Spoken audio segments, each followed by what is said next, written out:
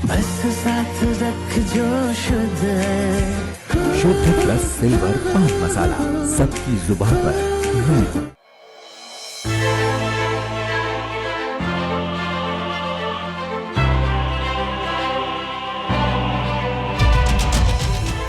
बेंगलुरु में Mahalakshmi murder case में एक के बाद एक खुलासे हो रहे हैं। महालक्ष्मी मर्डर केस में आरोपी मुक्ति रंजन सुसाइड कर चुका है। मुक्ति रंजन के सुसाइड नोट से ये भी साफ हो चुका है कि ये मर्डर मुक्ति रंजन ने ही किया था। लेकिन अब ये बात भी सामने आई है कि महालक्ष्मी बेहद तेज तर्रार और चालाक महिला थी। महालक्ष्मी मुक्ति रंजन को धमकियां देती थी, उसे ब्लैकमेल करती थी। महालक्ष्मी उससे एक अंगूठी और 7 लाख से ज्यादा रुपए ले चुकी थी। मुक्ति रंजन महालक्ष्मी से परेशान था और आखिर में परेशान होकर ही उसने महालक्ष्मी का मर्डर कर दिया। ये सारी बातें सामने आई हैं मुक्ति रंजन के भाई सत्यरंजन से बातचीत में। मीडिया रिपोर्ट्स के अनुसार सत्यरंजन ने बताया कि एक दिन मुक्ति रंजन ने उसे फोन किया। मुक्ति रंजन बहुत टेंशन में था। सत्यरंजन ने बताया कि जब मैंने उससे पूछा तो उसने बताया कि वो लड़की महालक्ष्मी मुझे ब्लैकमेल करती है। उसने मुझसे सोने की चेन और 7 लाख रुपए ले लिए हैं। जब पूरे परिवार को ये बात पता चली तो सभी ने मुक्ति रंजन को बहुत डांटा, कहा कि उस लड़की को ही सब दे दोगे तो हम लोग कहाँ जाएंगे। पुलिस के अनुसार मुक्ति रंजन के सुसाइड नोट में भी ये बात सामने आई है। पुलिस ने बताया कि मुक्ति रंजन ने अपने सुसाइड नोट में लिखा है कि मैं महालक्ष्मी को पसंद करता था, उसे बहुत प्यार करता था, लेकिन वो आए दिन मुझसे झगड़ा करती थी। मैंने उस पर काफी पैसा खर्च किया, लेकिन वो मुझसे ठीक से बिहेव नहीं करती थी। वो मुझे किडनैपिंग केस में फंसाने की धमकी भी देती थी। 3 सितंबर को मैं महालक्ष्मी के घर गया तो वो मुझसे झगड़ने लगी। महालक्ष्मी ने मुझ पर हाथ भी उठा दिया तो मुझे बहुत तेज गुस्सा आया।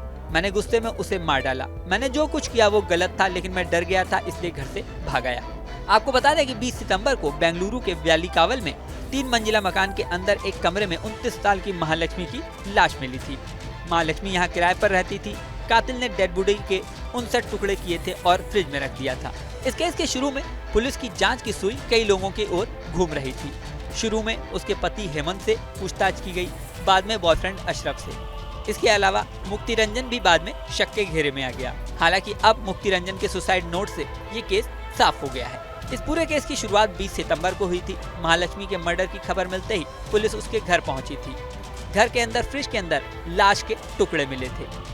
पुलिस को शक था कि मर्डर में महालक्ष्मी के पति हेमंत का हाथ हो सकता है, क्योंकि दोनों में बिल्कुल नहीं बनती थी। महालक्ष्मी ने फरवरी में अपने पति हेमंत के खिलाफ मारपीट की शिकायत भी दर्ज कराई थी। महालक्ष्मी हेमंत से अलग रहती थी। पुलिस ने हेमंत से पूछताछ की तो उसने नई कहानी बताई।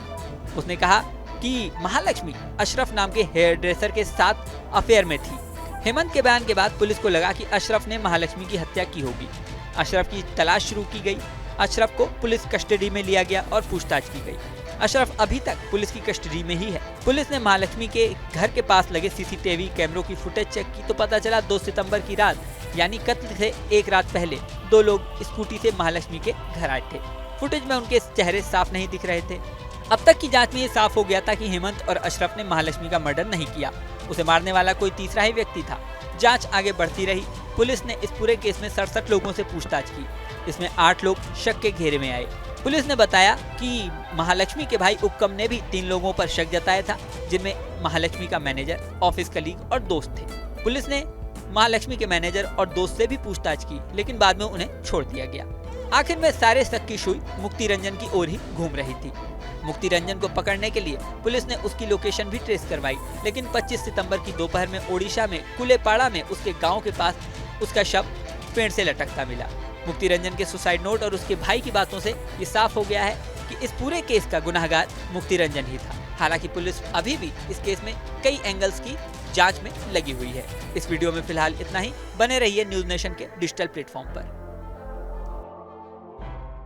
बस साथ रख जो शुद्ध है। शुद्ध प्लस सिल्वर पान मसाला, सबकी जुबान पर महक। न्यूज नेशन अब व्हाट्सएप पर। खबरों के ताजा अपडेट के लिए न्यूज नेशन के इस QR कोड को स्कैन करें।